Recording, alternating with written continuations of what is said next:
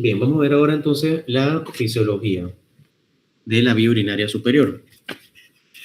Ya vimos la inferior. ¿Qué divide inferior con superior? Dos patologías, dos entidades dentro de la fisiopatología. El reflujo vesicureteral y la hidronefrosis. Vamos a ver qué es.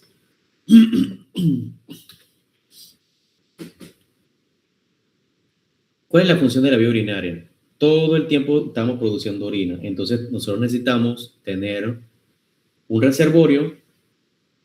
Necesitamos algo que nos ayude a conducir esa producción de orina a un sitio que es un reservorio. ¿Cuál es el reservorio? La vejiga. Y necesitamos unos mecanismos bastante complejos que coordinen bien para que podamos eliminarlo. Así de sencillo. Así que estamos convirtiendo un proceso constante de producción de orina en un evento intermitente para su eliminación. Eso es el ciclo miccional que ya hablamos. Principalmente, ¿cuál es el epitelio que reviste la vía urinaria? El epitelio transicional. Eso es su clase de patología, ustedes lo vieron. Pero hay un menos del 5% que es epitelio escamoso, que podría ser entonces considerado la última parte de la uretra.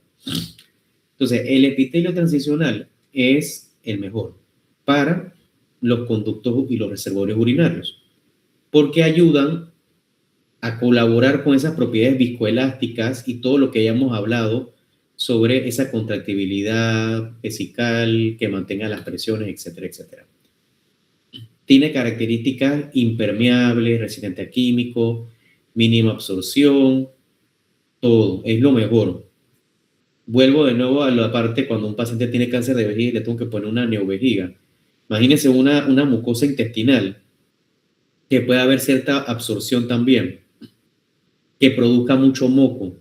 Entonces, esas son cosas negativas en cuanto a después a la calidad de vida que va a tener el paciente, pero no hay de otra.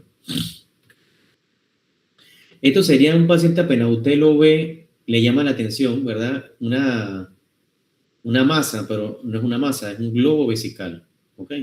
Y esto que ustedes ven aquí es una radiografía con contraste. Eso es lo primero que a usted le llega a la mente, ¿no? Esta es la columna, estas son las costillas. ¿Y qué es esto así con esta forma tan extraña? Pareciera como si fuera vía urinaria o será intestino. Es la vía urinaria. Este paciente se le puso una sonda, se le metió contraste. Aquí vemos una parte de la vejiga y vemos el uréter que está todo dilatado y llega hasta dilatar el riñón. Esto se llama ureterohidronefrosis. Y en el contexto de este paciente que se le llenó la vejiga con contraste y vimos que el contraste se fue hasta arriba, que eso no debería pasar, sabemos que aparte tiene reflujo vesicureteral. Entonces, ¿de dónde a dónde van los epitelios, verdad? De los sistemas colectores hasta la uretra, epitelio escamoso en la porción distal de la uretra femenina y en la uretra peniana.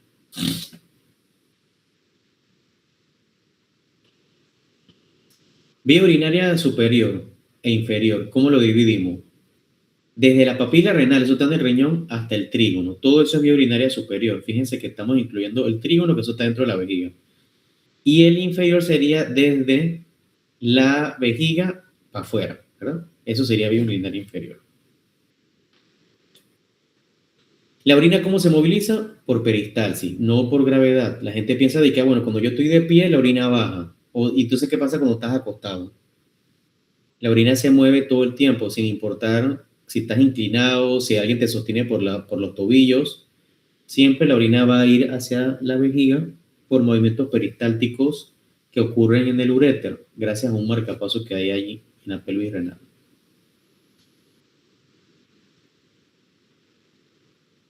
Esto es más o menos para que vean la anatomía, cómo el uréter llega, cómo atraviesa las fibras musculares del detrusor. Y esa forma, eso hace que haya como un mecanismo, así como un mecanismo valvular antirreflujo. Y lo que ocurre en algunos pacientes es que ese mecanismo no se desarrolló bien. Pues es una patología que le vemos más en pediatría. Y ocurre esto que ven en la placa. Que por ejemplo aquí, esta es una prueba donde el paciente se le pone una sonda, se llena de contraste la vejiga, Y fíjense que del lado derecho no se ve el riñón porque ese lado está bien. El problema es del lado izquierdo. Del lado izquierdo el paciente tiene un problema de reflujo.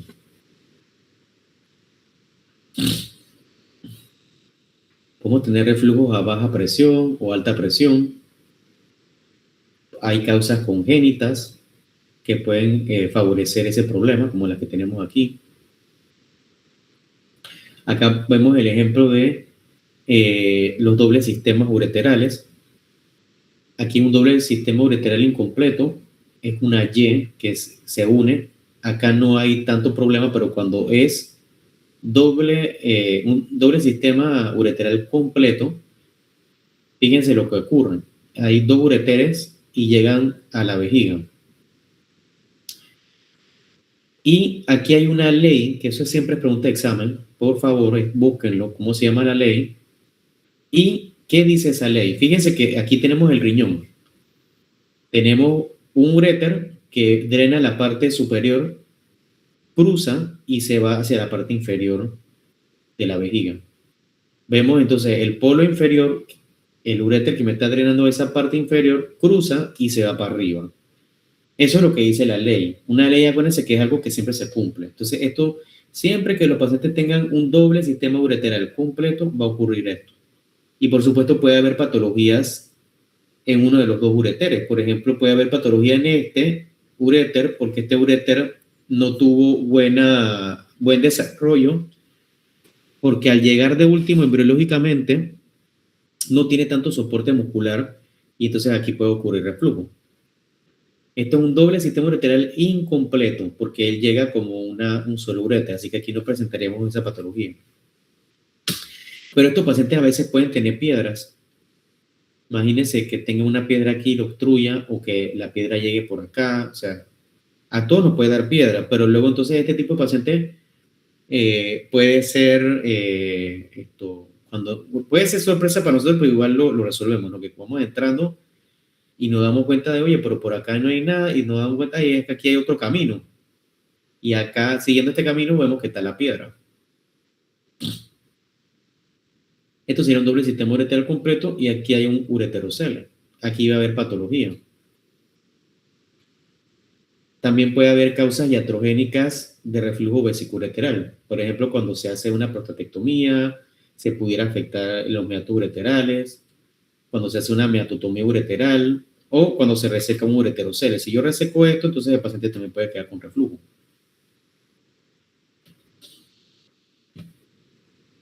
Así que estamos claros del concepto. ¿Qué es reflujo vesicoureteral? Lo que dice la palabra. Hay reflujo de orina de la vejiga hacia arriba, que eso normalmente no debe ocurrir. Cuando su orina llega a la vejiga, ella no tiene nada que hacer subiendo. Ella de allí va para afuera. ¿Ok? Epidemiología. Historia de la infección urinaria. En niños sin antecedentes de IBU la incidencia es menos del 1%. En niños con historia de infección urinaria la incidencia aumenta y se estima un rango de 20 al 70%. O sea que en pediatría, cuando tenemos un paciente con vejiga, con infección urinaria, esto es una de las cosas que siempre hay que descartar, que no tenga reflujo vesicoureteral.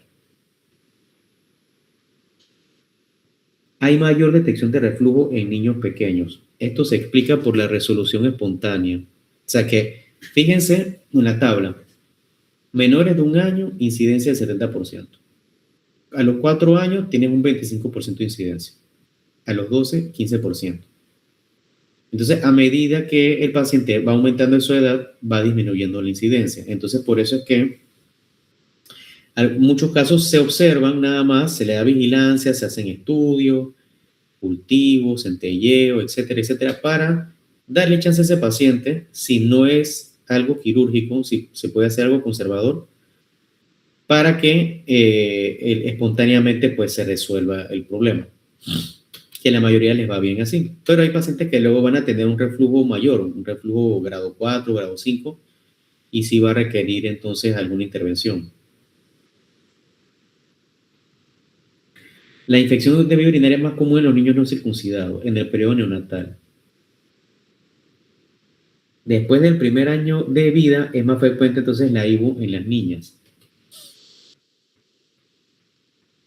Estos son los grados de reflujo. Esto es pregunta de examen. Vamos a verlo aquí mejor. Recuerden cómo yo hago el estudio para evaluar esto. ¿Qué es lo que yo tengo que hacer? ¿Alguien me dice? ¿Cuál es el estudio por excelencia para evaluar reflujo vesicoureteral? Yo tengo que meter una sonda. Tomografía. No, no. Yo tengo que meter una sonda, ¿verdad? En la vejiga. Pasa por la uretra, obviamente. Y esa sonda yo la conecto con una salina con contraste. Entonces le estoy metiendo contraste a la vejiga. ¿Cómo se llamaría eso si yo le meto contraste a la vejiga? Eso se llama Cistografía. cistograma. Ajá. Cistograma, sí, lo van a encontrar también como cistograma miccional, porque yo le puedo quitar luego la sonda y lo pongo a orinar para vigilar entonces cómo él, cuando contrae la vejiga, a ver si hay reflujo con altas presiones, porque acuérdate que cuando estás orinando, aumenta tu presión dentro de la vejiga. Quizás cuando le llenaste no había no había reflujo, pero cuando pusiste a orinar al paciente sí hubo reflujo. Así que todo eso uno lo tiene que detectar. Pero es un cistograma. Y si yo le pongo contraste a la vena, me canalizo una vena, me pongo contraste y me tomo unas radiografías, ¿qué es lo que voy a ver allí? Voy a ver el sistema pielocalicial, así que eso sería un pielograma intravenoso, o PIB, como le conocen, ¿verdad? Y si el contraste yo lo meto a través de un cistoscopio y agarro un catéter ureteral que lo aboco al meato ureteral y le inyecto contraste, ¿qué va a pasar con el contraste? Se va a ir por todo el uréter, va a pintar el uréter, va a pintar todo el sistema pielocalicial. Sistema pielocalicial es todo esto, ¿eh? Esto es sistema pielocalicial. Cálices, todos los cálices y pelos. Entonces, cuando yo inyecto contraste por un catéter ureteral, estoy haciendo un pielograma retrógrado. Cuando estoy inyectando contraste por la vena para que ese contraste vaya por la sangre, llegue al riñón, se filtre y pase el sistema pielocalicial, pase el uréter, entonces ahí estoy haciendo un pielograma intravenoso. ¿Estamos claros? Si yo inyecto contraste en la uretra directamente, digamos que agarro una jeringuilla de 20 cc y le meto contraste, se la pongo en el meato uretral, o sea, en el pene, en el glande, ahí en el huequito, ese es el meato uretral, le inyecto el contraste y tomo una placa. ¿Cómo se llama eso? Uretrografía, porque estoy haciendo un contraste, un dibujo de la uretra para ver si tiene, ese es para evaluar estrechez de la uretra y para evaluar trauma uretral. ¿Estamos claros? Así que es básico y sencillo.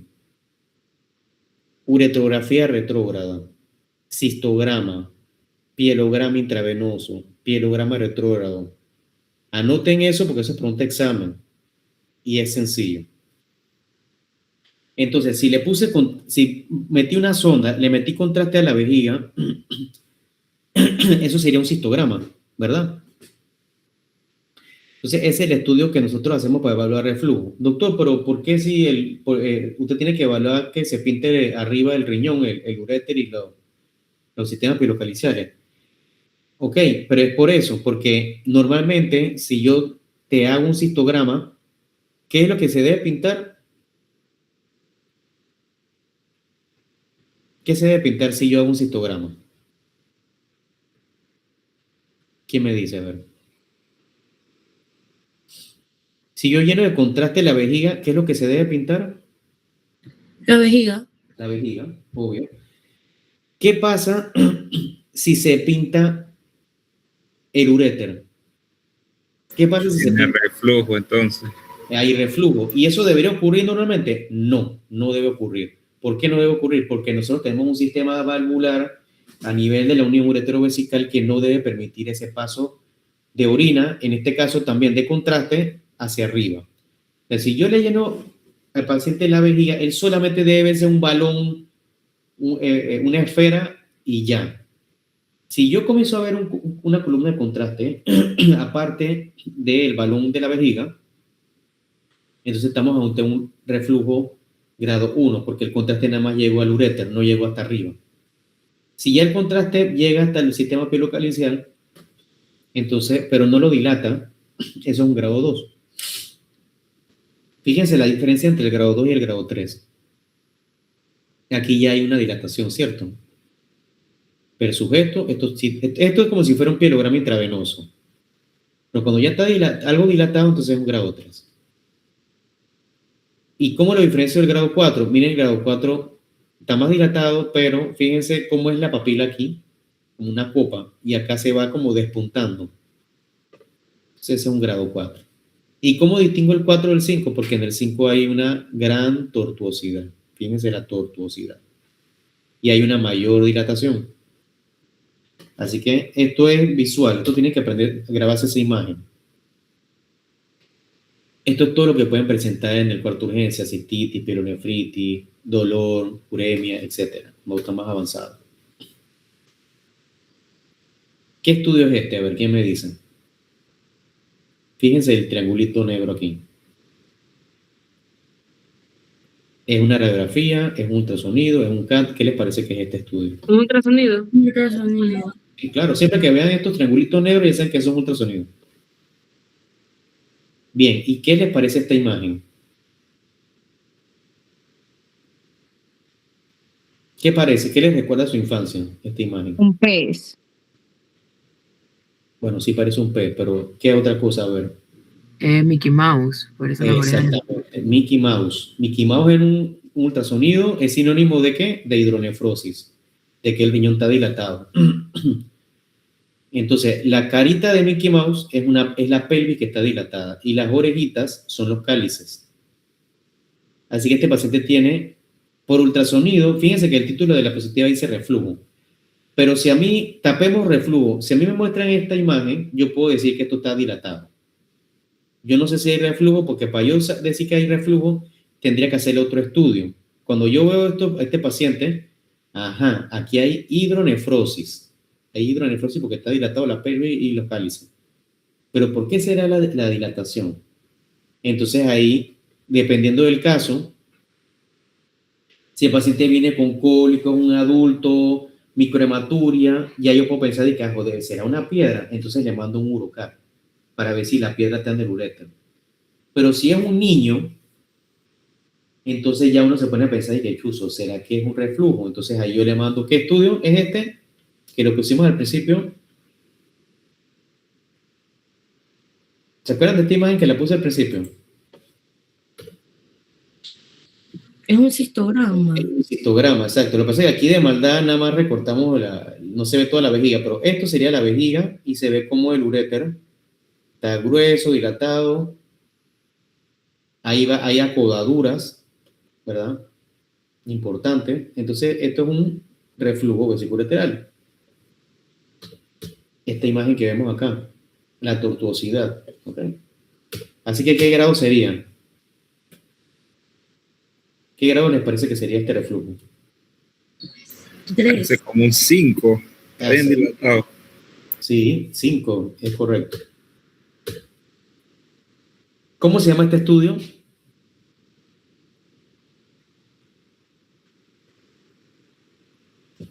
Miren, si lo ven bien, Pielograma. aquí hay una sondita, ¿ves? Y miren que la vejiga está como bien distendida, bien rellenita. Cuando a ti te hacen un pielograma, generalmente se ve al final, pues que la vejiga comienza a llegar el contraste, y generalmente la vejiga no está llena porque no la estamos sobredistendiendo, sino que está pasando lo que se filtró del contraste endovenoso a la vía urinaria. Entonces, por lo general, en el pielograma intravenoso, la vejiga no va a estar distendida como está aquí. Y si lo ven con mucho detalle, aquí se dan cuenta que aquí hay una sondita. Entonces, ¿cómo se llama este estudio? Pielograma. No. Si estoy poniendo contraste por la sonda, ¿qué es? Cistograma. Cistograma, claro. Ok, ¿y qué hubiera sido lo normal? Que yo solamente hubiera visto esta bola blanca, la vejiga. Pero entonces aquí ocurrió que estamos viendo ambos sistemas pilocaliciales y están dilatados. De hecho, aquí hay algo de tortuosidad también. Entonces, ¿qué problema tiene este paciente? ¿Cuál es el diagnóstico? Reflujo vesicolateral.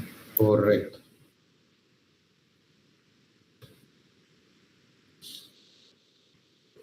Algunos pacientes de este tipo, cuando uno le hace la cistoscopía, a veces tienen estos problemas. O sea que el meato ureteral, cuando usted hace la cistoscopía, es como una línea, una rayita, casi ni se ve.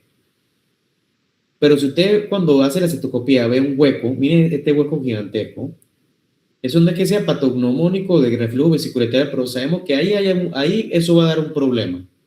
Y algunos pacientes con esa evaluación cistoscópica de meato ureteral es muy amplio, en hoyo de golf, como le llaman algunos, entonces eso puede ser que tenga reflujo. Bien, las complicaciones del reflujo, pilonefritis, hidroureteronefrosis, nefropatía por reflujo.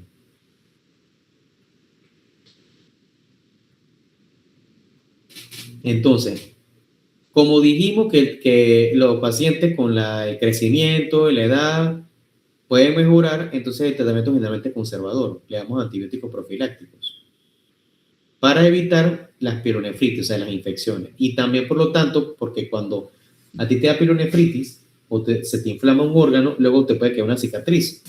Entonces, en los riñones ocurren las cicatrices renales y eso va afectando la función renal. Puede afectar la tasa de filtración glomerular.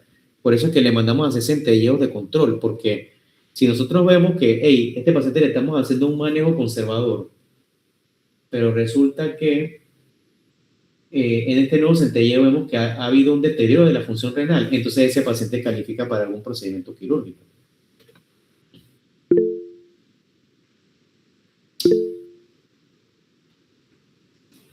Bueno, si tienen alguna pregunta pueden hacerla, pueden interrumpirlo. Digan. Doctor, una pregunta. En el caso de que, ok, todos los pacientes necesitan antibióticos o esto se puede solucionar sin eso, o depende también según el grado y los antecedentes del paciente. Exactamente. Sí, lo que estamos hablando es que generalmente cuando son, fíjate aquí, mira el grado 1 o 2, este es el porcentaje de resolución espontánea. Grado 1 o 2, 85%. O sea que estos pacientes, mira, incluso el 3 tiene hasta un 50%. Así que estos pacientes, generalmente uno les da manejo conservador, significa que no lo vamos a operar, pero vamos a darle antibiótico-terapia profiláctica y vamos a vigilarlos con estudios. ¿No? Y que, bueno, antibiótico y chao, no te veo más. No, eso no es así. Hay que verlo porque si se deteriora algo o algo no está bien, entonces, plan B, tenemos que hacer un procedimiento quirúrgico. Hay pacientes que directamente, por ejemplo, miren las posibilidades de un grado 4 o un grado 5, peor todavía, de resolución espontánea. Sería un pecado mandarle antibiótico terapia profiláctica. Hay que hacer algo quirúrgico con ellos. Esta es la antibiótico terapia profiláctica que hacemos, ¿ok? Generalmente esto se utiliza la mitad de la dosis y se da en las noches.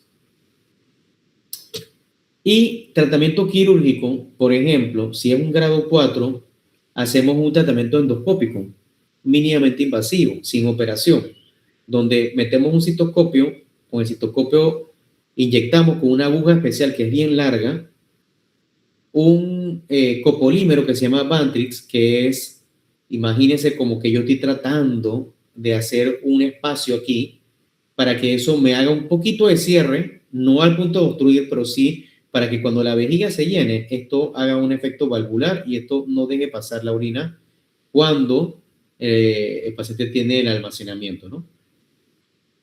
Esto sería óptimo para un grado 4 de reflujo, pero ya para un grado 5 tendríamos que hacer un reimplante ureteral. Y están las técnicas abiertas, como pueden ver aquí, que lo que estamos haciendo aquí es que estamos como que pelando un poco el uréter para luego meterlo más trayecto submucoso. Es decir que, imagínense que el uréter es como una salchicha. El pan por un lado, la mucosa, y el pan por otro lado es el músculo. Entonces, mientras más largo sea ese trayecto de uréter que pasa entre la mucosa y el músculo, mejor mecanismo antirreflujo va a tener. Y eso es lo que pasa con los pacientes que tienen reflujo, que no tienen mucho trayecto. Y por eso ustedes ven aquí en las técnicas laparoscópicas, eso también sería para un grado 5, que nosotros lo que hacemos es que le creamos un trayecto submucoso más largo. El uréter viene, puff, y se mete aquí.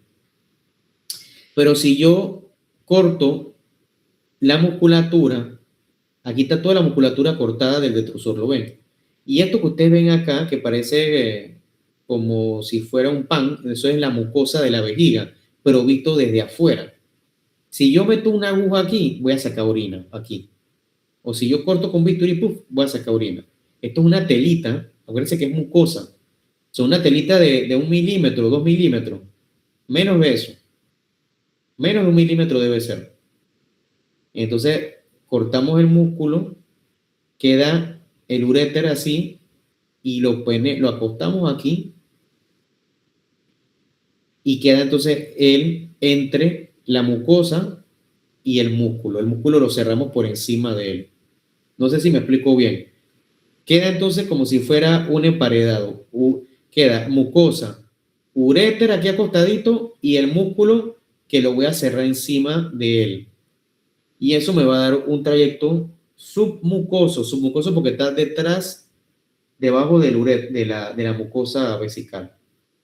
Y eso me va a ayudar al mecanismo antirreflujo. Eso se llama reimplante ureteral. Estamos reimplantando el uréter para que tenga más trayecto. ¿Estamos claros? Doctor, la imagen de arriba también es ese procedimiento. Es que no la entendí. Esta imagen de arriba es una aguja que yo estoy inyectando. Un agente bulking, dice aquí. Un copolímero. Fíjense cómo está el uréter aquí antes de inyectarlo. Deja pasar la orina porque está muy abierto o no tiene mucho lo que le decía de el trayecto submucoso.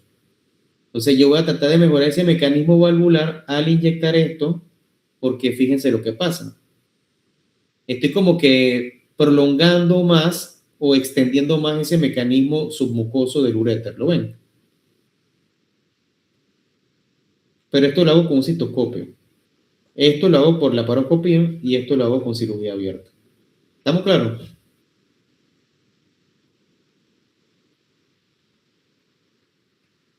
Sí. Esto lo usaría para un grado 4 y estas dos técnicas para un grado 5.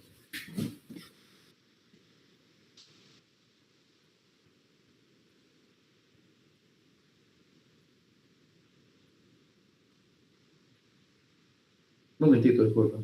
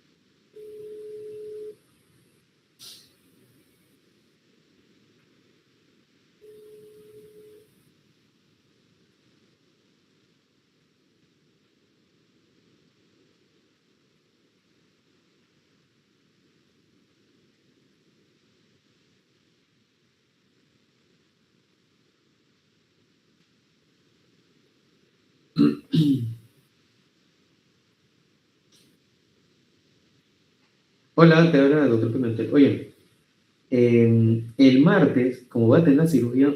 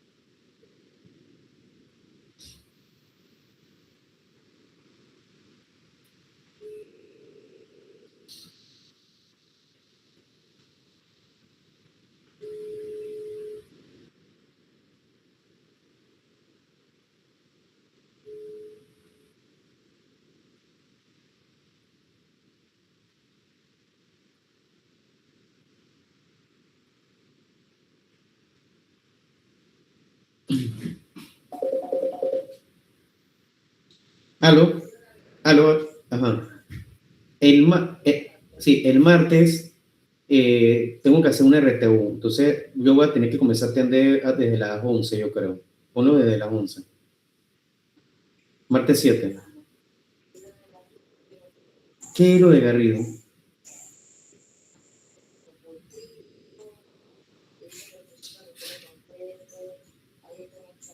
Voy a fijarme para ver porque no vi nada de él.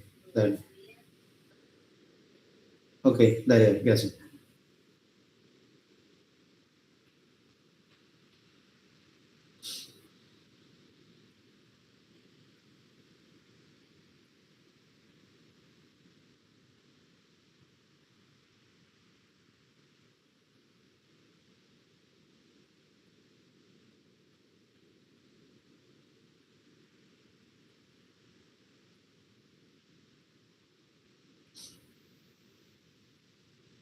Ok, estamos claros entonces acá, ¿verdad? Vamos a avanzar.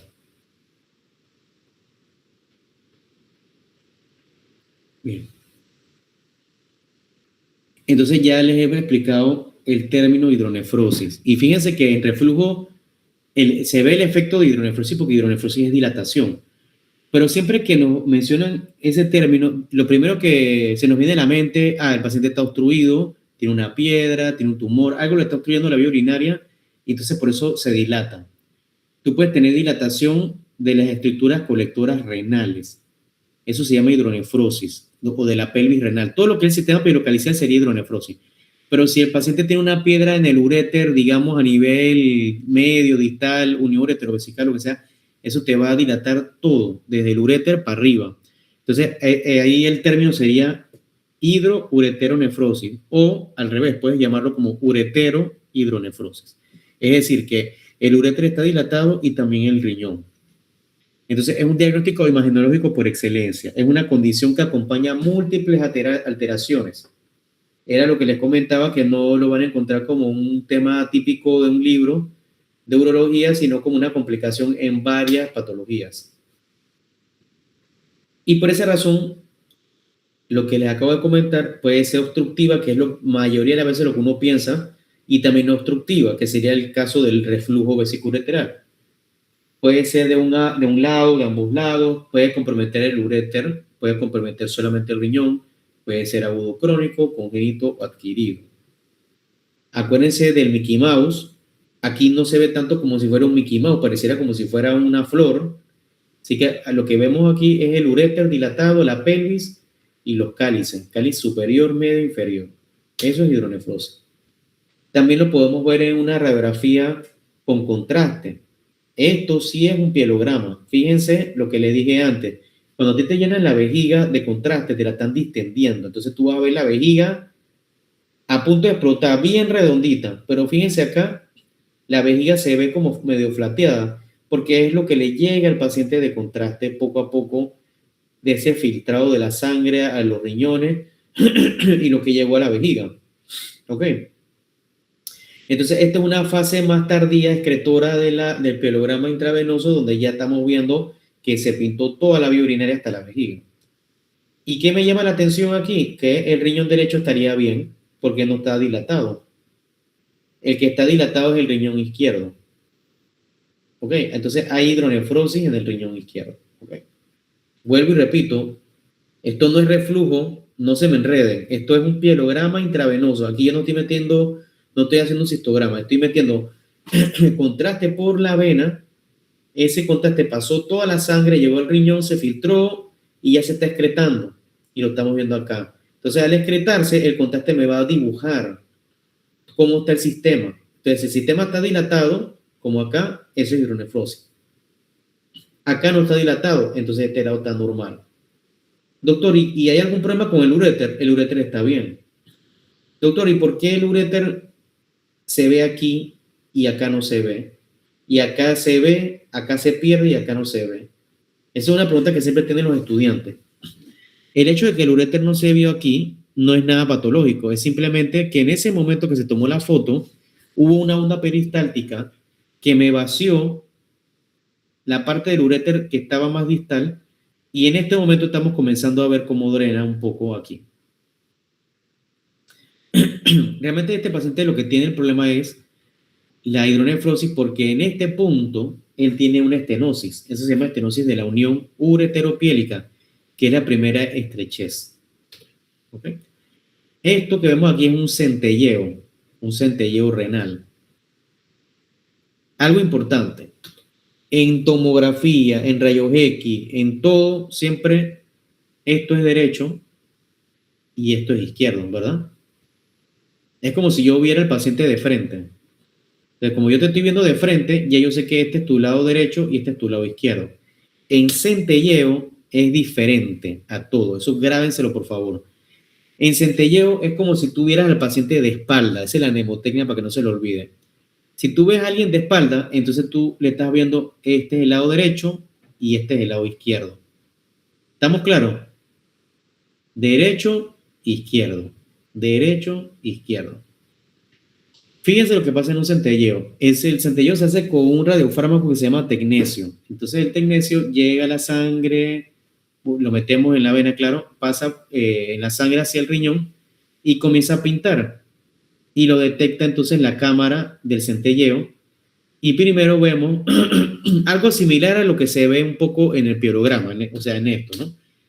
Pero no con mucha definición de anatomía, sino más bien esto es para hacer una evaluación funcional de cómo funciona el riñón, de cuál es su tasa de filtración. Recuérdense que con el centelleo sacamos la tasa de filtración glomerular exacta por separado que tiene cada riñón.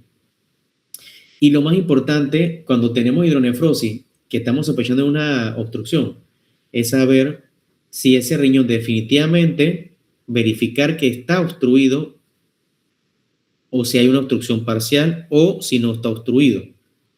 Estamos viendo el riñón derecho. Fíjense lo que pasa con el riñón derecho y el izquierdo. Ellos se comienzan a pintar el parénquima. Luego comenzamos a ver que va bajando como la silueta del riñón y comienza como a ponerse más oscurito acá porque ya está llegando el tecnesio al sistema pielocalicial. Y de allí entonces él comienza a botarlo hacia el urétero, aunque acá no vemos esa imagen. Y entonces fíjense lo que pasa con el izquierdo. El izquierdo como que no termina de lavarse, comienza, de todo lo contrario, se comienza a recargar más, el sistema pielocalicial se ve más oscuro, cada vez más, como si estuviera dilatado, ¿verdad? Es lo mismo que veíamos en esta imagen. De hecho, es el mismo paciente.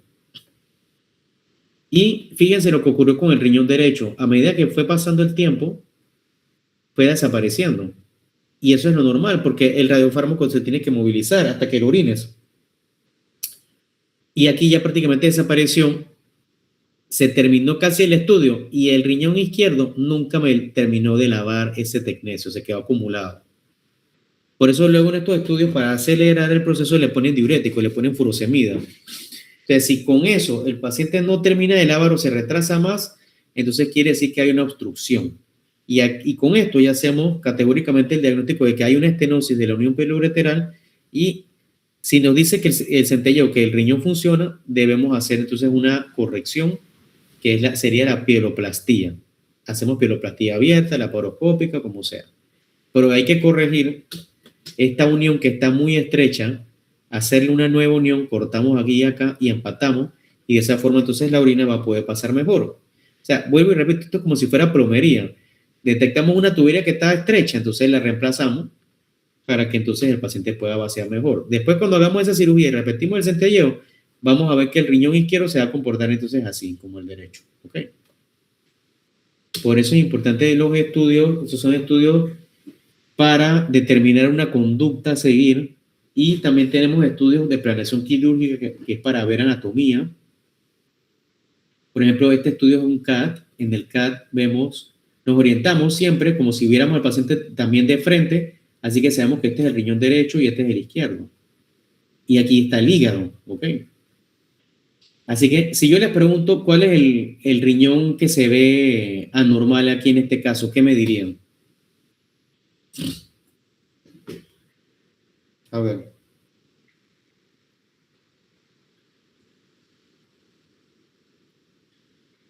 El izquierdo. Ajá, no sé por qué siempre me contestan eso. No es correcto. Esto es un cath abdominopélvico contrastado y estamos viendo una fase inicial donde el riñón primero se está pintando. Entonces, lo que usted está viendo aquí no es el sistema pielocalicial, sino está viendo el parénquima, la carne del riñón. Fíjate que aquí incluso ves la corteza, esto sería corteza, y esto que sea un poquito menos blanco es la médula. Y esto así es como se ve en nuestros riñones cuando nos ponen contraste al inicio. Este es un riñón sano, tiene un buen grosor parenquimatoso. El seno renal estaría aquí y el sistema pielocalicial no se ve dilatado. En cambio, cuando vemos el lado derecho, se ve un riñón que está bien hipotrófico. Fíjense que esto blanquito sería el grosor parenquimatoso, eso parece una chancleta usada. Y lo que ven más oscuro acá es el sistema pielocalicial. Esta sería la pelvis renal, y aquí vemos un cáliz, ¿ok? Eso está dilatado. Entonces este paciente tiene hidronefrosis, pero también tiene un deterioro importante, que posiblemente este es un riñón que ya no funciona adecuadamente. Entonces a este paciente yo le haría un centelleo renal para verificar, y si el centelleo me dice que ese riñón funciona menos del 10%, entonces esta cirugía es para sacarlo. Habría que hacer una nefrectomía. Si el centelleo me dijera que el riñón funciona y que tiene una estenosis, entonces, bueno, tratamos de pelearlo haciéndole una pieloplastia. Pero honestamente, cuando vemos estos estudios con un riñón tan atrófico, realmente ni centelleo necesito, pero se lo hacemos igual para confirmar, pero sabemos que este es un riñón que no funciona. ¿Estamos claros? Es un riñón atrófico, miren el tamaño, compárenlo, ¿ok?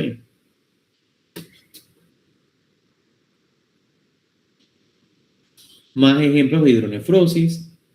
Este sería un pielograma intravenoso. Fíjense que aquí se insinúa un poco el lado izquierdo, que ya está terminando de drenar, y el derecho se quedó ahí obstruido. Entonces aquí se ve que tiene hidronefrosis, está la pelvis, el uréter hace como una acudadura aquí. Estos son ultrasonidos que se ve la hidronefrosis, no como Mickey Mouse, pero se ve claramente que está dilatado la pelvis y los cálices, ¿ok?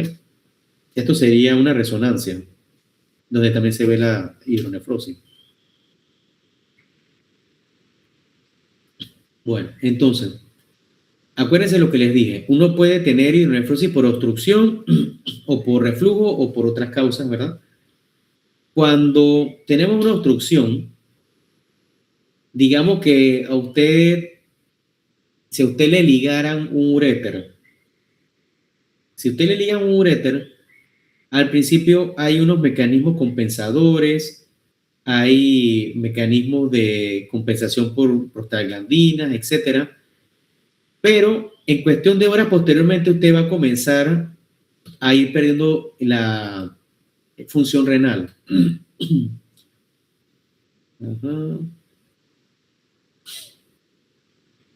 Causas intrínsecas, extrínsecas, las piedras. Ok, entonces, ¿qué pasa si tenemos una liga? Imagínense que usted tiene una piedra que lo obstruye completamente, o que le hicieron un procedimiento de cirugía de colon o una histerectomía y le ligaron el uréter.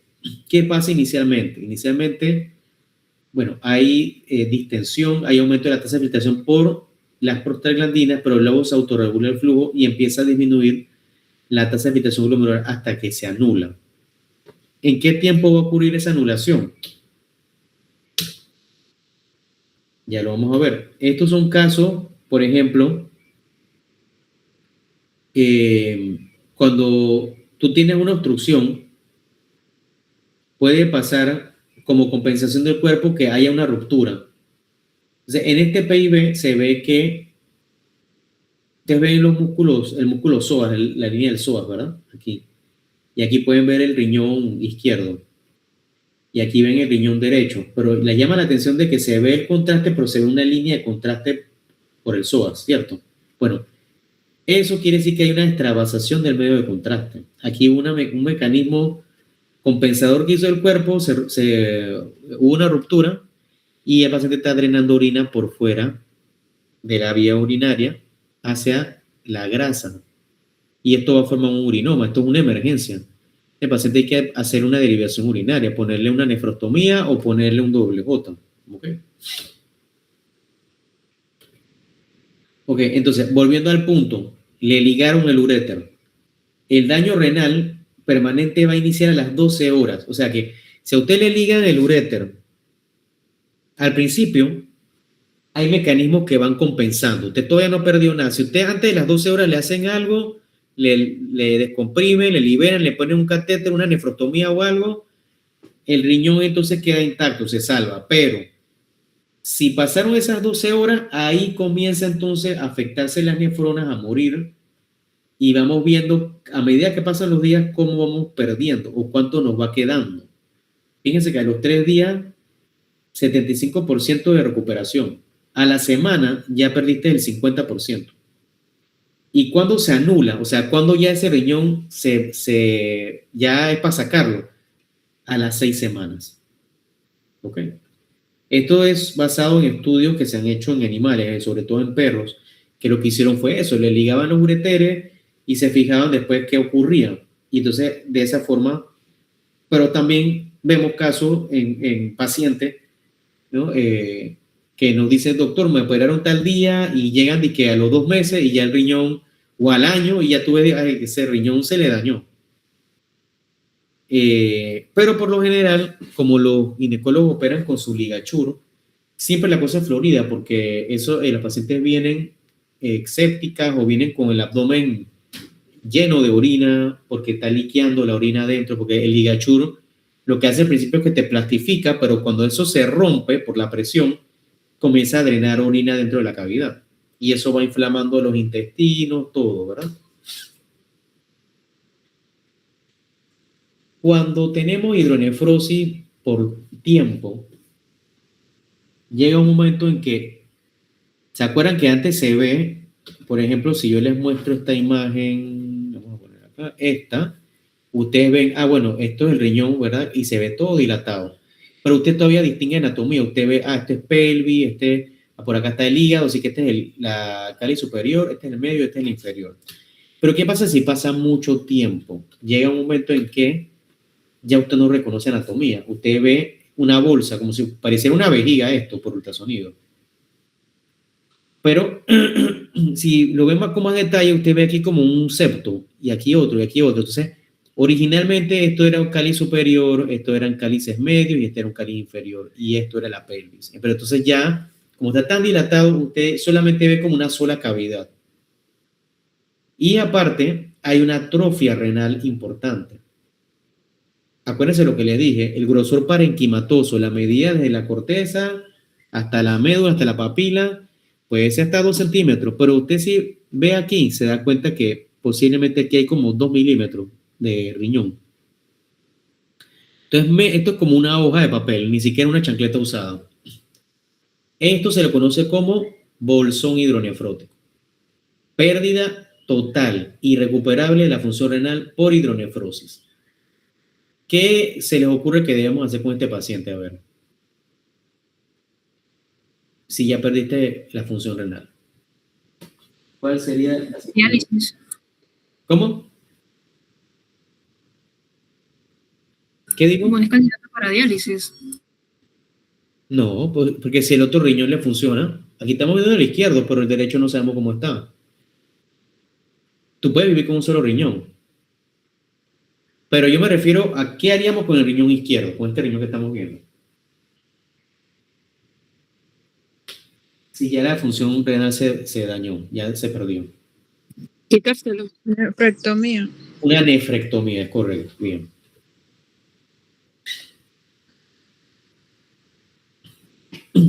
Ok. Otra condición especial, las pacientes embarazadas.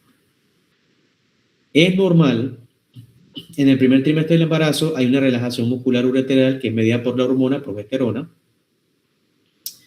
y eso puede causar cierta dilatación fisiológica. En el segundo y tercer trimestre luego viene también ese crecimiento del útero con el producto y eso genera una compresión uterina de la vía urinaria superior. Y eso también puede dar cierta dilatación o hidronefrosis del embarazo que puede ser esperado. ¿Qué hacemos con esa hidronefrosis bilateral en el tercer trimestre? A ver. Nada, si no hay piedra, si no hay nada, eso va a mejorar cuando ya la paciente dé a luz. Luego del parto, eso se resolvió automático. Fíjense que aquí ven el bebé, ¿no? Ven el cráneo, la columna, y aquí se ve, entonces esto es un PIB y se ve medio de contraste, algo de dilatación. Bueno, para que sepan, esto es bien viejo porque esto nosotros ya no lo hacemos. Nosotros hacemos ultrasonido, nada que le dé radiación al producto, ni tampoco metemos contraste.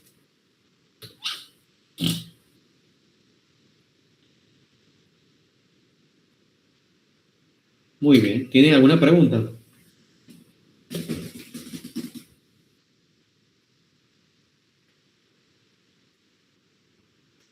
Por mi parte, no, doctor. Muy bien, bueno. Entonces nos vemos, si Dios quiere, próxima semana miércoles. Bueno, traten de, ya te tienen las diapositivas, así que traten de leer, ver las diapositivas, incluso ahí hasta ven los videos, todo eso, y así pueden entonces participar o cualquier duda que tengan. Gracias, doctor. Chao. Gracias, profesor. Chao, gracias. Chao. Feliz Semana Santa, hasta luego. Bien.